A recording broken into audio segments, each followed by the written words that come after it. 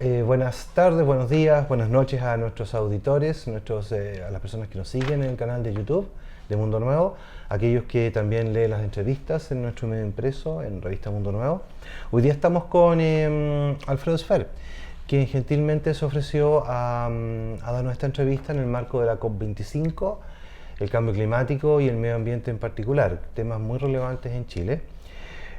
Bueno, Alfredo Sfer no necesita presentación porque creo que como ex candidato presidencial todo el mundo lo ubica, pero digamos que es economista, líder espiritual. Bueno, estudió economía en la Universidad de Chile, ¿cierto? Tiene al menos 2 posgrados, uno en Rhode Island y otro en Wisconsin. Sí. También un posgrado del MBA en Harvard. Sí. Fue economista del Banco Mundial y donde ocupó varios cargos. Y entiendo que fuiste el primer economista ambiental del Banco Mundial, a mucha honra. Fue un experimento, me decían a mí, estamos haciendo un experimento.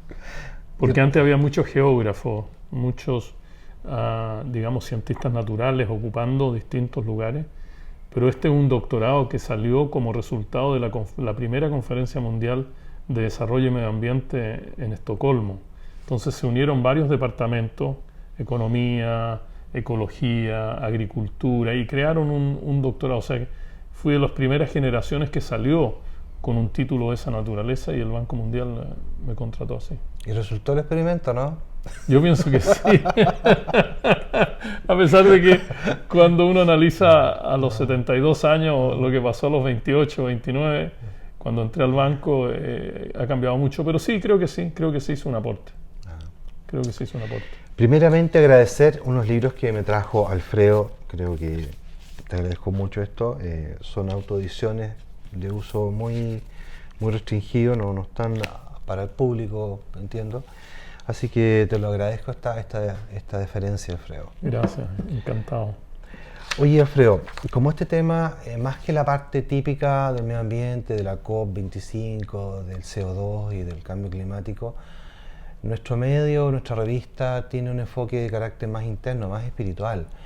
Entonces a mí me gustaría orientar las preguntas en ese sentido, básicamente. Fantástico. Me interesa harto darle esa dimensión, que es una dimensión que en general los medios de comunicación habitual no cubren, porque no es algo que puedan como asir o relacionar. Y a mí me interesa mucho que lo relacionemos en esta entrevista para nuestros lectores, auditores y no sé cómo se dirá la gente que ve YouTube, no son televidentes, son youtubers. Es que el youtuber es el que genera contenido. Genera contenido, claro. Sí. Bueno, pero básicamente cuéntanos cuál sería en tu concepto tu relación entre el medio ambiente, los problemas que estamos viendo, que estamos sufriendo en el medio ambiente y el medio ambiente interior, el medio ambiente interior de las personas. ¿Cuál es la relación que tú ves ahí? Primero quisiera decir de que cuando hablamos del tema de cambio climático o del medio ambiente en general, no es solo un tema científico. Hay un tema científico, saber, medir. No es un tema solo político, es decir, voluntades que todos logren acuerdo.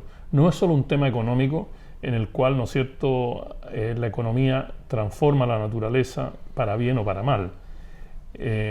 Yo creo que hay otra parte que es cómo nosotros como ser humano nos relacionamos con la naturaleza. Y ahí empiezo a enfocarme en tu pregunta. Digamos, ¿qué relación hay entre la ecología externa y la ecología interna? Exactamente, esa es la pregunta. La ecología externa, ¿no es cierto? Yo contamino el aire, automáticamente estoy contaminando mi aire. Contamino el agua, estoy contaminando mi agua. Y el cuerpo humano, la mayor parte es agua. Contamino el espacio. Esto está bajo una ley espiritual que se llama lo externo es como lo interno es como lo externo, que tiene miles de años, digamos.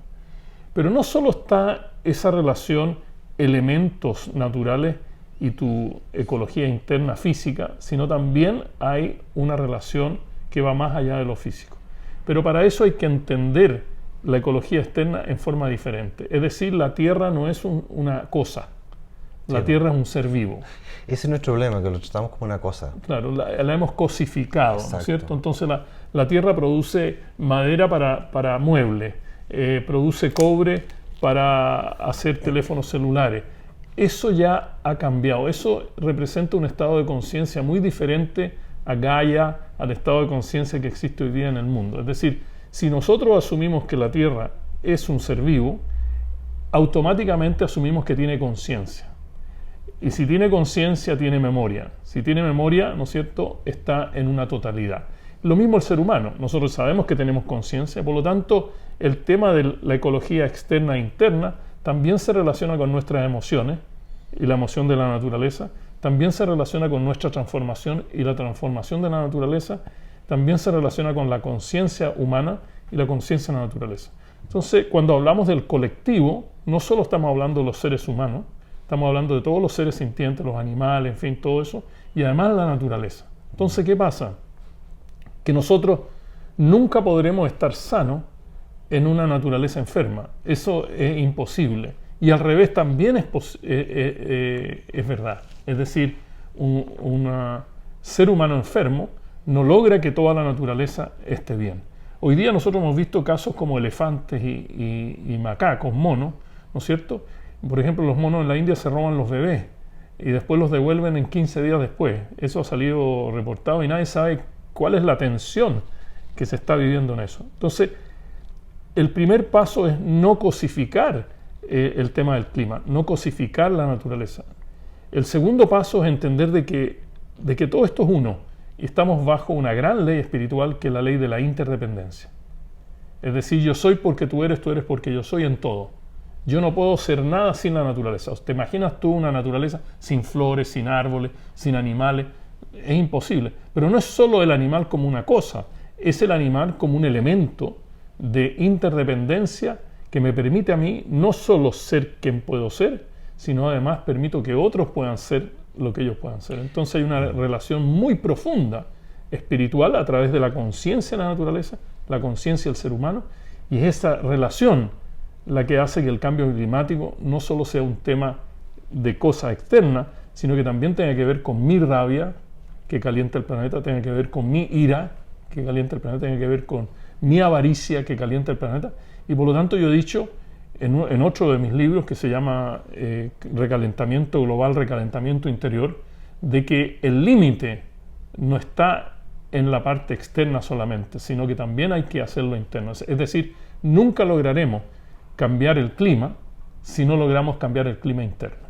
Esta interrelación de todas las cosas que tú mencionas tan asertivamente estuvo presente en todas las culturas antiguas, en todas las civilizaciones, correcto, en todo lugar y momento, correcto, pero en algún momento empezó, en el momento después del siglo de las luces, de la ilustración, ¿cierto? Se empezó a cosificar todo y a separar en partes todo y a mecanizar todo. ¿Cómo podemos volver a reencantar el mundo en base a esta sabiduría antigua? ¿Qué podríamos hacer en nuestra esfera individual y colectiva para volver a traer esa sabiduría antigua y relacionarnos nuevamente con el medio ambiente, entre nosotros, con el planeta, con el sistema solar, con el universo? Lo primero es no destruir lo que queda de ese origen, ¿no?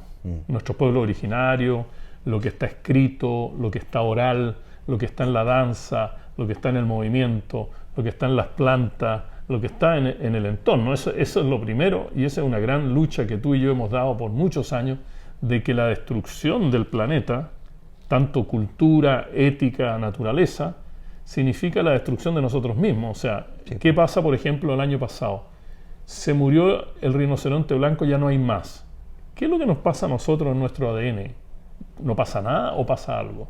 ¿Qué pasa cuando en esta ecuación grande de todos nosotros, ¿no es cierto?, esta cosmovisión de los pueblos originarios, ¿no es cierto?, que todo es uno, y tú le sacas algo? ¿Qué pasa si en Chile mañana desaparece el cóndor? ¿Qué pasa si en Chile desaparece el huemul? ¿Nos pasa algo o no pasa nada?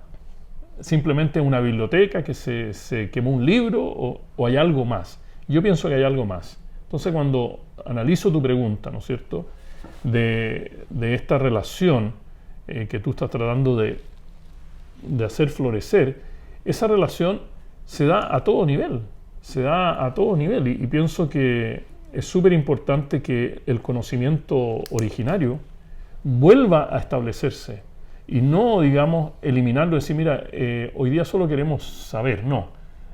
Queremos sabiduría. Exactamente, falta sabiduría en el conocimiento. Exactamente. No solamente en la cuantificación de los datos, digamos. Exactamente. Entonces, no solo queremos educarnos para hacer para tener, sino que tenemos que educarnos para ser. ¿Me entiendes? Entonces esa es la segunda cosa, un cambio radical en la educación. Tercero, un gran cambio de conciencia, o sea, la conciencia que ha ido destruyendo esto originario, esta cosmovisión, ¿no es cierto?, responde a una conciencia, a la conciencia del tener, del acumular, del consumir, de que más es mejor. Entonces tenemos que cambiar eso radicalmente para poder, ¿no es cierto?, volver a eso. Y eso significa una nueva conciencia. Es decir, esta vieja conciencia no va a lograr eso. Que tú te adelantaste a la pregunta que venía, que era que tú hablas que este daño ambiental, en tu concepto, requiere un nuevo paradigma, que es la conciencia. Entonces, expándate un poquito más en el último que estabas hablando, por favor. Mira, yo creo que esta es una pregunta clave, porque muchas veces uno ofrece un enfoque nuevo y la gente dice, no, estoy bien con lo que estoy, él quiere destruir lo que existe, es una cosa como muy refundacional. No, yo creo que todos nosotros nos estamos dando cuenta de que lo que está pasando ahora, llámalo paradigma, enfoque, sociedad, lo que tú quieras, está llegando a su límite. Como que los instrumentos ya no dan para mucho. Cosemos por acá y se hace un hoyo por acá y seguimos cosiendo por acá y así estamos con esto. En el caso del clima, el clima tiene un comportamiento un poco así como diferente en el primer cambio al último cambio. El último cambio es muy acelerado, ¿me entiendes? O sea, son curvas que van así asintóticas, o sea que acá tú puedes controlar un poco, pero ya cuando el clima se te está poniendo más de 2-3 grados de temperatura, ya es muy difícil controlar los patrones de lluvia y todo eso. Entonces, este paradigma que se está ofreciendo acá tiene varios elementos. El primero es la conciencia, es decir, nosotros no estamos separados de, ¿me entiendes? O sea, estamos todos juntos. Los animales estamos, los árboles, las plantas, las flores, los insectos, el aire, el agua, los océanos, somos una cosa. Ese es el primer punto de este paradigma de la conciencia. Y todo tiene conciencia. Es decir, el árbol tiene conciencia, el perro tiene conciencia. Que nosotros la entendamos, no la entendamos, que podamos interactuar. Es otra cosa. Esa es otra cosa. Otro tema, digamos, claro. Segundo, este paradigma dice, la suma de lo individual no optimiza lo colectivo. Es decir, si tú persigues tu propio interés y yo persigo mi interés separadamente, el mundo de los dos juntos no necesariamente es mejor. El caso de la contaminación, ¿no es cierto? Tú produces, yo produzco, pero ¿quién falla? El río, ¿no es cierto? El río está recibiendo todos los relaves, toda la mugre que nosotros dos estamos dejando separadamente. Por lo tanto, este paradigma demanda no solo la conciencia, que todo es conciencia, que todos nos tenemos que interactuar a nivel de la conciencia, sino que además estamos en un colectivo. Y eso hoy día requiere de nuevos valores, ¿no es cierto? Los valores de la cooperación, de la solidaridad, de la justicia, del amor, la compasión, la interdependencia. Mientras el sistema de hoy exacerba, empuja los valores individuales materiales, ¿no? Yo. No, el mantra es yo soy porque tú eres y tú eres porque yo soy. Es decir, no hay ningún país que se va a salvar solo. No, pues, no están todos, estamos todos juntos. En planeta, imagínate, en 20 años más, en que eran todas identidades aisladas. 20 o 30 años más van a haber 10.000 millones de habitantes en el planeta. O sea, hablar de inmigración y contenerla, hay que tener una visión colectiva. Y tercero, estas cosas de la conciencia, estas cosas de que somos un colectivo, tienen que traducirse institucionalmente. Y hoy día no hay instituciones planetarias. Y ese es otra parte, es la tercera pata del cambio del paradigma. Ahora, tú te vas adelantando las preguntas. Ah, no sé, no, estoy leyendo entonces. Estoy de hecho un mago. Teleprompter. Porque estás tomando el tema de las curvas asintóticas, tomando esto de que la conciencia colectiva cada vez más está más como despierta frente a estos temas. No sucede con la clase política, con el mundo político. Hay una diferencia entre la ciudadanía o la sociedad civil que solicita ciertas cosas. Bueno, el TPP-11 es una cosa muy clara. Y lo que piensan los políticos y cómo toman las decisiones. ¿A qué se debe esta brecha que pareciera cada vez más grande? Como que hay un mundo muy aislado, muy de burbuja, muy desconectado de la realidad y un mundo que busca otras cosas, digamos. Sí, hay personajes en la sociedad donde el agua sale de la llave, donde la fruta viene del supermercado. Claro, y no es una cosa que estoy haciendo la satírica o sarcástica. Yo he ido a escuelas y le he preguntado a niñitos pequeños de dónde viene la manzana y ellos te dicen del supermercado. Y eso es como nosotros hemos creado una campana, ¿no es cierto?, alrededor no solo de los políticos, de mucha gente. Sin embargo, la sociedad civil que vive la cotidianeidad de esto, que está cerca del río, que está cerca del mar, que está cerca de la montaña, que está cerca de los animales, etcétera, etcétera, etcétera, tiene una visión muy diferente. Eso me pasó en la campaña presidencial, que hay muchos chiles. O sea, estar aquí sentado en la comuna de Providencia es una cosa, pero estar sentado en Ningüe es otra cosa, es muy distinto. Entonces tú te das cuenta de que se necesita una gran compatibilización de esto. Entonces, esto no solo se da en la política nacional, también se da en la política internacional, y me parece importante decirlo. Hoy día no existen instituciones planetarias, esta unión de todo, ¿me entiendes? Que tenga una visión planetaria, que tenga una intención planetaria, que tenga un lenguaje planetario, que tenga una acción planetaria. Eso no existe. Hoy día Naciones Unidas, ¿no es cierto?, que alguien podría decir, no, Alfredo, te equivocaste porque Naciones Unidas no es planetaria. En Naciones Unidas los países reclaman sus propios intereses. ¿Me entiendes? Entonces Estados Unidos entra, sale, quita el presupuesto, bloquea en el Comité de Seguridad, etcétera, etcétera. Entonces, ahí pronto voy a hacer varias propuestas de cambios fundamentales en Naciones Unidas. Por ejemplo, uno es que el programa de Naciones Unidas, que es un programa para el medio ambiente, sea una organización mundial. Como la OMS. Exactamente. Segundo, de que haya una representación de la sociedad civil dentro de Naciones Unidas formal. Esto ya ha pasado y fui parte de ese cambio con el Comité de los Pueblos Originarios, que los pueblos originarios tienen una organización interna pequeñita dentro de la ONU. Yo creo que hay que transformar un consejo, porque la Naciones Unidas está organizada por consejos, como el Consejo de Seguridad, el Económico y Social. El tercer consejo, que es el Consejo de las Colonias, que ya no hay muchas colonias, que se transforme en el Consejo, ¿no es cierto?, de la Ciudadanía y la Paz Mundial. O sea, que la ciudadanía entre a deliberar dentro de los sistemas. Incorporando a los pueblos originarios para que aporten su sabiduría ancestral. Claro, todo eso, toda la parte de sociedad civil y particularmente los pueblos originarios. Entonces, yo quiero decir que hay una miopía y hay un déficit democrático, por ponerlo en términos políticos, no solo a nivel nacional, en que existe este gran vacío entre la sociedad civil que empuja y otros que frenan, y a nivel internacional. Y finalmente, ¿por qué este gran vacío? Porque los cambios que estamos pidiendo a nivel planetario, a nivel de Chile, a nivel de Latinoamérica y a nivel planetario, no son cambios neutrales, ¿me entiendes? Son cambios que provocan cambios de poder, cambios de riqueza. O sea, si yo tengo el derecho a esa fuente de agua y la otra persona no tiene agua, yo soy más rico que esa otra persona, o sea, es una fuente de riqueza.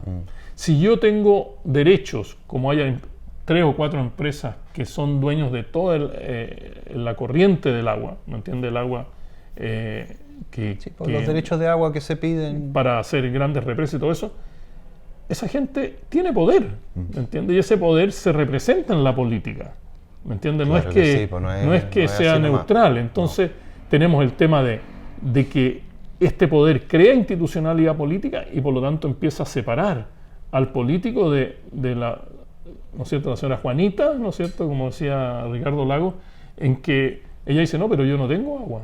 Entonces, ¿qué va a pasar? De que esto va a llegar a un punto muy difícil cuando, por ejemplo, tengamos 15 días sin agua a Santiago, que ojalá que no pase, pero no es que no pueda pasar. Podría suceder. Pero cuando está en Los Ángeles a nadie le interesa mucho. No, porque está lejos, no son igual. Claro, no estoy ahí. Pero el día que empiece a fallar el sistema... No le interesa mucho el sistema político, porque ellos viven acá. Claro.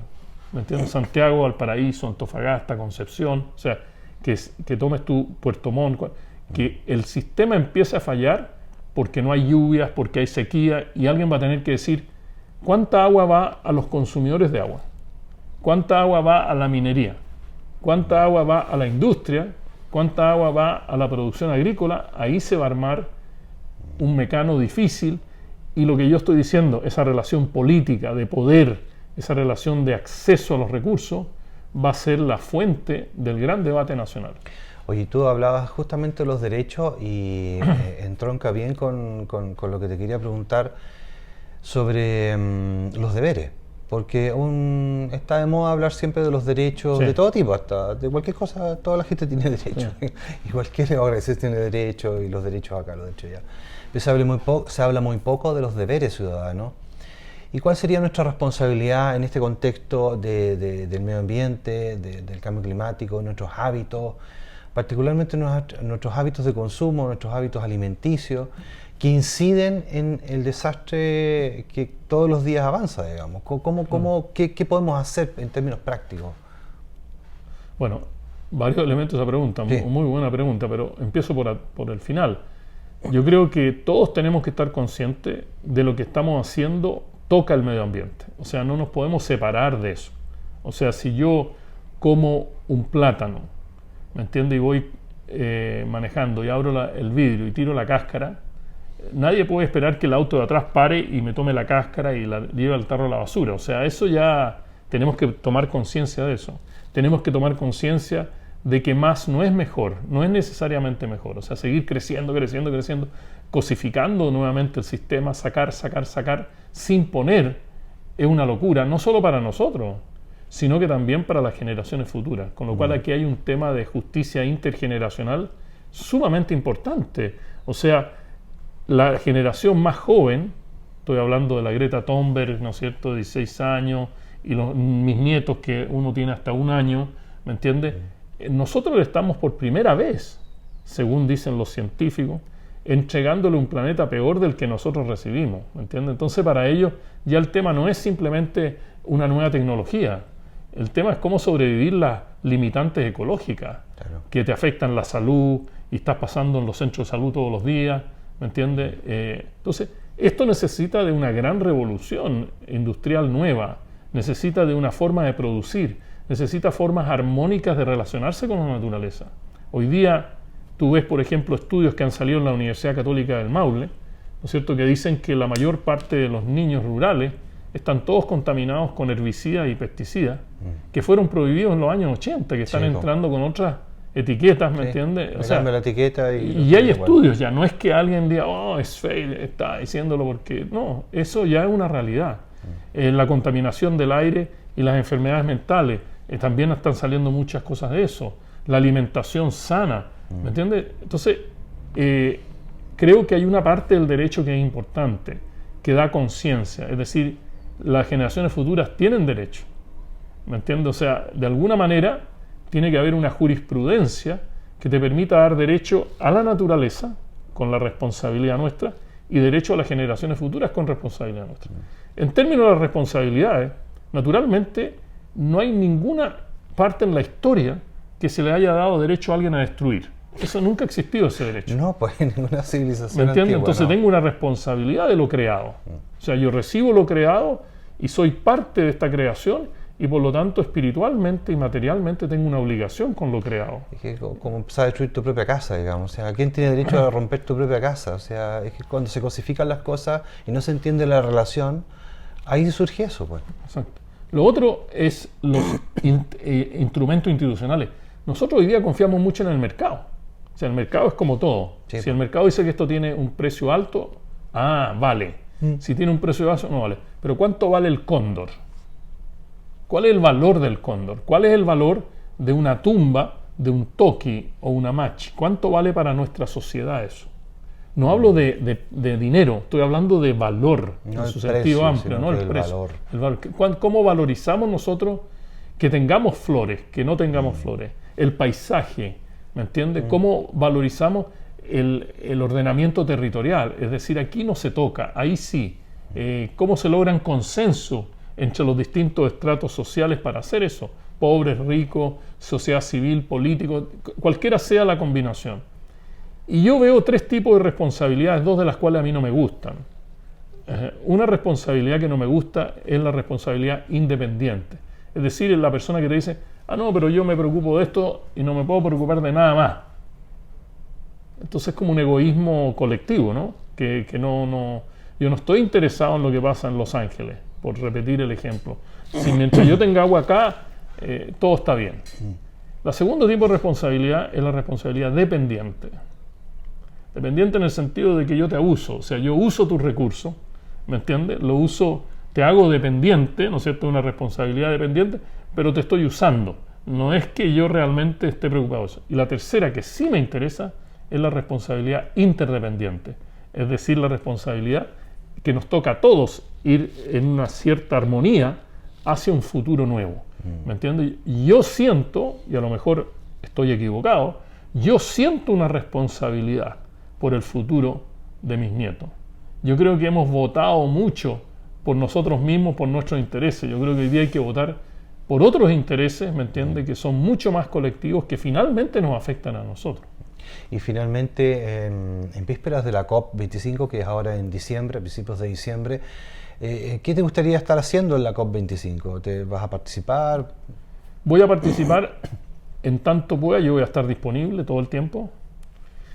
Y estoy disponible para la sociedad civil, para las organizaciones de fundaciones, para los grupos sociales como los interreligiosos. O sea, yo quisiera tener una oportunidad, lo digo con mucho amor, con mucho cariño, de exponer la dimensión espiritual de este tema de la COP.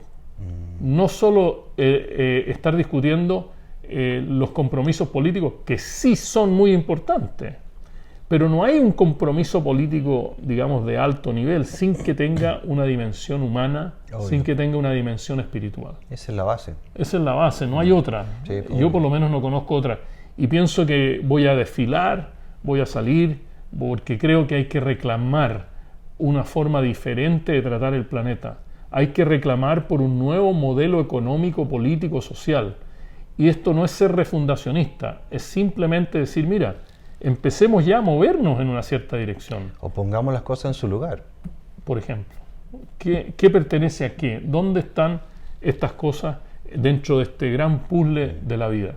Yo quiero decirle al público de que todo es vida y que nosotros sí tenemos espiritualmente, mira lo que voy a decir, que es una enseñanza budista muy profunda que he recibido en los últimos años, de que nosotros sí tenemos la capacidad como seres humanos de cambiar el clima. Claro que sí, pues. ¿Me entiendes? Sí, pues. Así como tú llegas a tu casa enojado y todo el mundo se arranca, porque todo el mundo sabe, hay una relación implícita. Sí. Yo me acuerdo cuando yo era padre, porque ahora ya los cabros están todos independientes, yo llegaba al trabajo enojado y ellos no se aparecían por la puerta. O sea, ellos ya intuían que yo quería estar solo, pero cuando yo llegaba feliz, antes de tocar la puerta, ellos estaban detrás de la puerta, papá, ¿dónde está? Entonces, esa relación entre formas de vida, ¿no es cierto? Estamos hablando de que todo este sistema es uno. No hay humano y no humano. Eso es una separación de la era de la ciencia, ¿no es cierto?, de la racionalidad que nos ha separado. Hoy día tenemos que entender de que yo me muevo y tú te mueves. Tú te mueves y se mueve esa planta.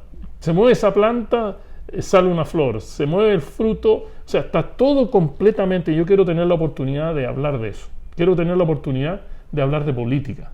Digamos, cómo logramos una institucionalidad política planetaria.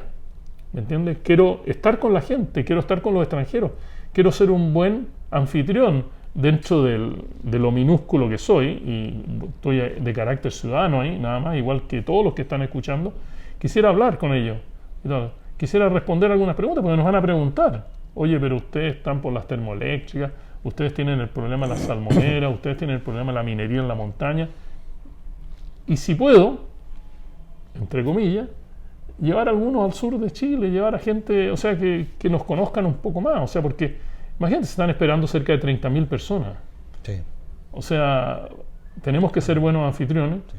Quiero participar y dar charlas sobre distintos temas, con mucho énfasis en este paradigma de la interdependencia material y espiritual. ¿Me entiendes? De tal manera de que la gente, para muchos de los que te escuchan seguramente esto es muy conocido, pero para otros no es tan conocido. Sí, y poder articular todo eso.